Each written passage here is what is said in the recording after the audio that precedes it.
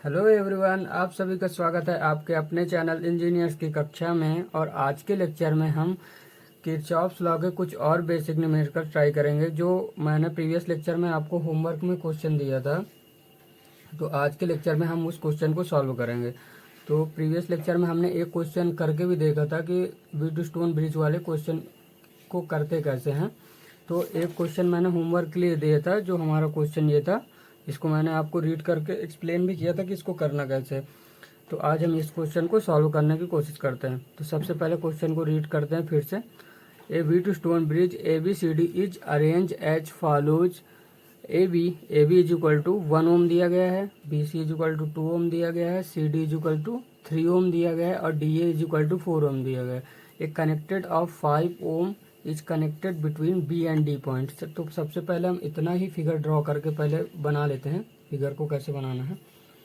तो सबसे पहले अपना व्हीटस्टोन ब्रिज बनाते हैं। ये हमारा A पॉइंट है, तो यहाँ से एक रजिस्टर लगा दिया। ये हमारा दूसरा रजिस्टर, ये हमारा यहाँ पे तीसरा रजिस्टर और ये हमारा यहाँ पे चौथा रजिस्टर।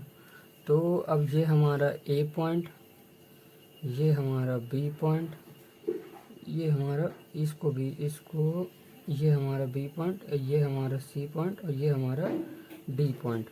अब इस क्वेश्चन में बोल रहा है ए बी की वैल्यू हमारी कितनी दी है। ए बी की वैल्यू दी है 1 ओम और BC की वैल्यू दी है हमारी 2 ओम और CD की वैल्यू दी है हमारी 3 ओम और DA की वैल्यू दी है हमारी 4 ओम। और इसके बाद क्या कह रहा है, तो a resistance of 5 ohm is connected between B and D point. तो B एंड D पॉइंट, इसके बीच में भी एक रजिस्टर लगाया हुआ है जो हमारा है 5 ओम का। तो ये हमारा B और D पॉइंट हो गया। अब आगे पढ़ते हैं। तो आगे क्या कह रहा है, a 4 volt battery of internal resistor 1 ohm is connected between A and C path. तो ये हमारा A पॉइंट, ये हमारा C पॉइंट के बीच में एक 4 वोल्ट की बैटरी भी लगाई गई है और 1 ओम का रजिस्टर भी लगाया गया है। 4 वोल्ट की बैटरी, 4 वोल्ट की बैटरी और एक 1 ओम का रजिस्टर भी लगाया गया है। तो ये हमारा 1 ओम का रजिस्टर हो गया, ये हमारी 4 वोल्ट की बैटरी हो गई। अब इसकी हम डायरेक्शन को ड्रॉ कर लेते हैं कि किस डायरेक्शन में हमसे स्टार्ट करना है। तो ये हमारा A पॉइंट है, स्टार्टिंग हमेशा A पॉइंट से करते हैं। तो A से हमारी जा रही I1 करंट और इस पॉइंट से जा रही हमारी I2 करंट। ये हो गई हमारी I3 करंट। अब ये I1 और थी और इस डायरेक्शन में जाएगी, तो ये I3 इधर मूव कर रही है आउटगोइंग करंट की ओर। तो ये हो जाएगा हमारा I1 माइनस I3 करंट और इधर ये I2 आई और ये हमारी यहाँ पे हो जाएगा हमारे, ये हमारी I3 करंट है। तो ये दोनों का कॉम्बिनेशन एक ही डायरेक्शन में है, तो ये हमारी हो जाएगी I2 प्लस I3। ये डायरेक्शन हमने प्रीवियस लेक्चर में भी इस क्वेश्चन में निकाला था कि ये देखिए हमारे I3 की जगह IG था, तो I1 माइनस IG हो गया था और ये हमारी एक ही तरफ करंट की डायरेक्शन मूव कर रही है, तो ये हमारी I2 प्लस IG हो गया था। तो इसमें IG की जगह हमारी I3 की वैल्यू दी गई है, I3 डायरेक्शन दी गई है, तो I2 प्लस I3 हो गया। तो ये हमारा C पॉइंट, ये हमारा D पॉइंट, इतना हो गया। अब यहाँ से ये I1, ये हमारी करंट I2 जा रही है और यहाँ से हमारी I1 करंट आ रही, तो ये हमारी हो गया इस पॉइंट में I equal to I1 plus I2 लिख लेंगे और इधर भी हमारी I equal to I1 plus I2 current ही मूव कर रही है, क्योंकि यही पूरे I1 पूरी में है, I2 हमारे पूरे में, तो दोनों का एडिशन। ये हमारे माइनस से प्लस पॉइंट हो गया। अब हमारा सर्किट तो तैयार है, अब इसको हम सॉल्व करते हैं। सबसे पहले इसके इक्वेशन लिखते हैं। तो इक्वेशन लिखने के लिए हमारा क्या करते हैं, ये हमारा F पॉइंट है, ये हमारा E पॉइंट है। अब हमने ऑलमोस्ट पूरा फिगर बना लिया है। तो ये सबसे पहले हमारा लूप फर्स्ट, ये डायरेक्शन क्लॉकवाइज और ये हमारी लूप सेकंड हो गया। तो सबसे पहले लूप फर्स्ट को सॉल्व करते हैं, फिर लूप सेकंड को सॉल्व करेंगे। ये इसकी भी डायरेक्शन ऐसी क्लॉकवाइज ही होगी, लूप सेकंड, और ये हमारा लूप थर्ड हो जाएगा जो पूरा लेते हैं। तो सबसे पहले लूप फर्स्ट को सॉल्व करते हैं। तो इसकी इक्वेशन लिखते हैं हम लोग। तो लूप ए कहाँ से लेंगे, ए बी डी ए, जिस पॉइंट से चले तो उसी पे घूम के आएंगे, ए बी डी ए। इसमें हम कौन सा लॉ अप्लाई करेंगे, अप्लाइंग किरचॉफ वोल्टेज लॉ, जिसको हम शॉर्ट में केवीएल भी बोलते हैं। तो इसके इक्वेशन लिखते हैं। तो इस पॉइंट से चले, अब इस पॉइंट से हमारी करंट आउटगोइंग करंट है तो है हमारा माइनस में होगा। तो इक्वेशन दूसरे पेज में ही लिखते हैं। ये हमने उस दिन का व्हीटस्टोन ब्रिज का एग्जांपल दिया था, तो इसमें हम तो इस पेज से लिखते हैं। तो इसमें हमने क्या देखा, सबसे पहले हम स्टार्टिंग कहाँ से करते हैं, ए पॉइंट से। तो ए से हमारी जो करंट है वो आउटगोइंग करंट है, तो 1 ओम। तो माइनस के साथ 1I1 माइनस, अब इसमें तो ये भी आउटगोइंग करंट है I3, तो -5I3 -5I3। अब आगे ये हमारी डायरेक्शन, ये देखिए ये इनकमिंग करंट है, तो +4I2 इज इक्वल टू 0 के इक्वल में कर लेते हैं। तो इसमें माइनस चिन्ह को हम कॉमन लेके काट देते हैं। तो I1 +5I3 -4I2 is equal to 0। ये हमारी इक्वेशन 1 हो गई। अब हमारा लूप सेकंड को बनाते हैं। तो लूप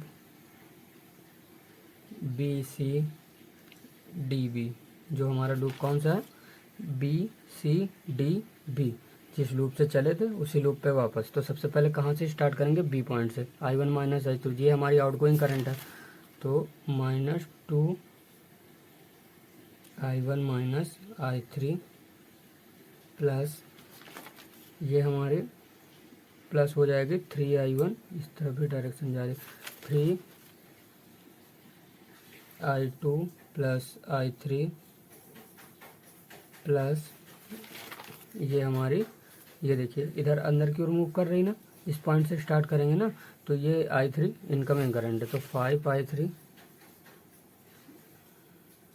अब इसको थोड़ा सिंप्लीफाई कर लेते हैं। तो -2I1 plus 2I3 plus 3I2 plus 3I3 plus 5I3 is equal to 0।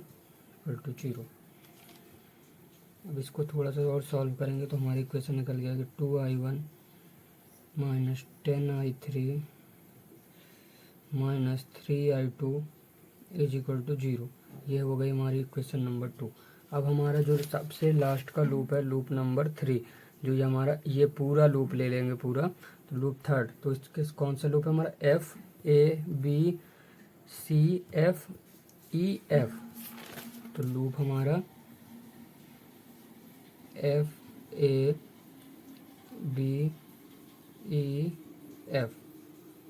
Applying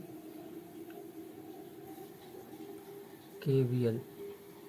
सबसे पहले हम स्टार्ट किस पॉइंट से करेंगे, इस पॉइंट से ही करेंगे। यहाँ से F से तो कोई कुछ है ही नहीं, तो करंट I फ्लो हो रही, तो यहाँ पर से तो -I1 माइनस 1I1, 1 ओम का रजिस्टर लगाया गया।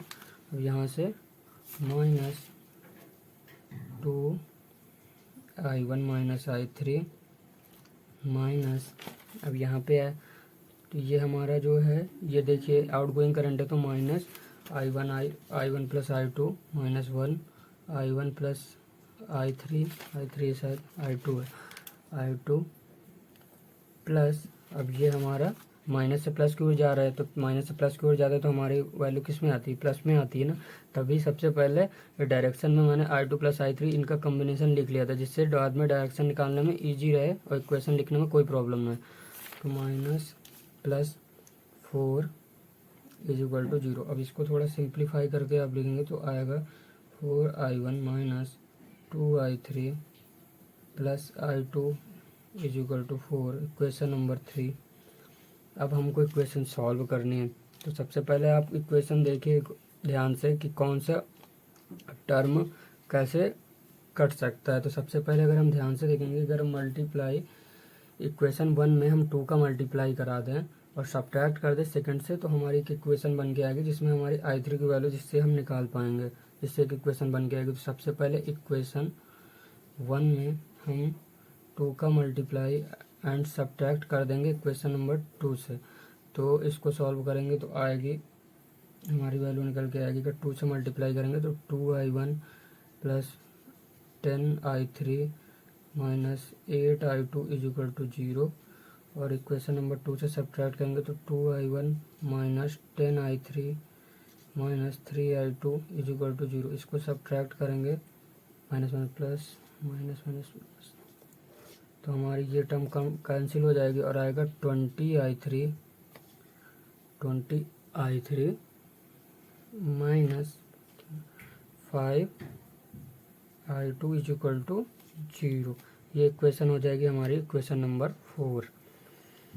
अब एक ऐसे ही इक्वेशन और बना लेंगे जिससे i3 की वैल्यू हम निकाल पाएंगे, क्योंकि हमको क्वेश्चन में ही पूछा है किसमें निकालना है, direction of current in 5 ohm resistor. हमको इस ओम के रजिस्टर i3 की वैल्यू निकालनी है जो 5 ओम की रजिस्टर की ओर मूव कर रही है।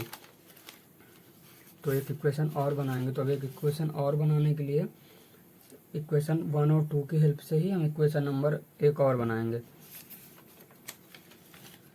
तो सबसे पहले हम क्या करें, इक्वेशन नंबर 1 मल्टीप्लाई 4 सब्ट्रैक्ट कर देंगे इक्वेशन नंबर 3 से। इक्वेशन नंबर 1 पे हम 4 का मल्टीप्लाई कराएंगे एंड सब्ट्रैक्ट कर देंगे इक्वेशन नंबर 3 से। तो ये 4 से मल्टीप्लाएंगे तो 4i1 हो जाएगा और 4i1 से 4i1 कैंसिल हो जाएगा। तो इसकी इक्वेशन लिखेंगे। अगर इनको सॉल्व करके आप डायरेक्ट लिखेंगे ना तो आंसर इसमें इक्वेशन बन के आएगी, मगर मैं लिखता हूँ पूरा। इक्वेशन हमारी फर्स्ट क्या थी, 4i1 माइनस प्लस है 20i3 minus 16i2 is equal to 0, यही थी। हाँ, अब इक्वेशन नंबर 3 से माइनस करना है तो 4i1 minus 2i3 plus i2 2i3 के बाद plus i2 is equal to 4 plus i2 is equal to 4। अब इसमें हम इसको सब्ट्रैक्ट करेंगे तो ये 4i1 से 4i1 कैंसिल हो जाएगा और हमारी वैल्यू निकल के आएगी 22।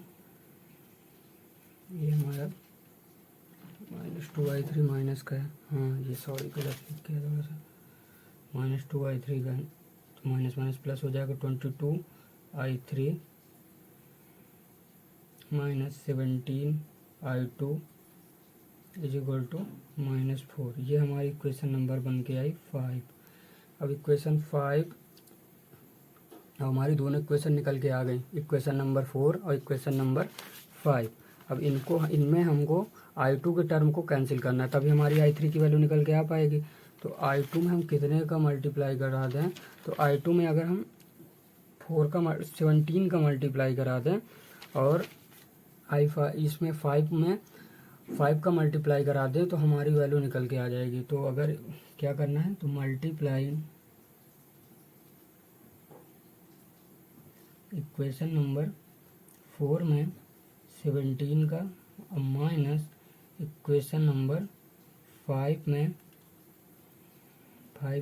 5 का, तो हमारी इक्वेशन क्या बनेंगे 340i3 minus 85i2 is equal to 0। ये हमारी इक्वेशन नंबर 6 बनी और 10i3 हो जाएगा। 5 का मल्टीप्लाई कराएंगे तो 22 में, तो i3 minus 85i2 is equal to 4 में कराएंगे तो 5 को 20 माइनस 20, क्योंकि -4 था हमारा।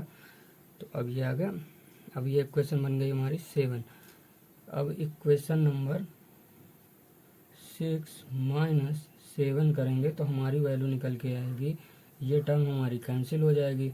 अब ये हमारी वैल्यू निकल के आएगी 230i3 इज इक्वल टू 20।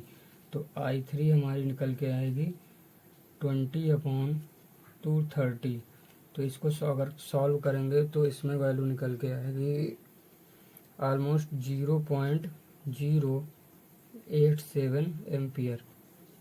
अब यही हमारी I3 की वैल्यू थी। जो हमारे क्वेश्चन में क्या पूछा गया था हमसे, कि हमसे क्वेश्चन में पूछा गया था कि हमारी direction of current in 5 ohm resistor magnitude बताना था हमको। तो मतलब I3 की वैल्यू हमको बतानी थी। तो 5 ओम, तो हमारे 5 ओम रजिस्टर की वैल्यू क्या आएगी, 5 ओम I3 करंट वैल्यू निकल के आई हमारी कितनी, 0.087 एम्पियर। यही हमारा आंसर होगा। काफ़ी क्वेश्चन ज़्यादा सिंपल था। ये डायरेक्शन हमारी किसकी थी, फ्रॉम B टू D की थी शायद, B टू D की पॉइंट की, B टू D पॉइंट।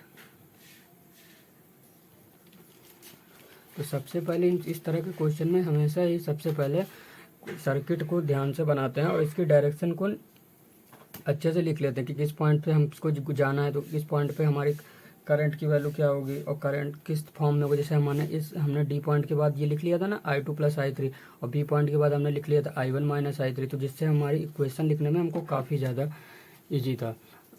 तो आज का लेक्चर अगर आपको अच्छा लगा हो तो प्लीज़ लाइक करें वीडियो को, और अगर कोई भी डाउट हो तो आप कमेंट करके पूछ सकते हैं। Thank you so much.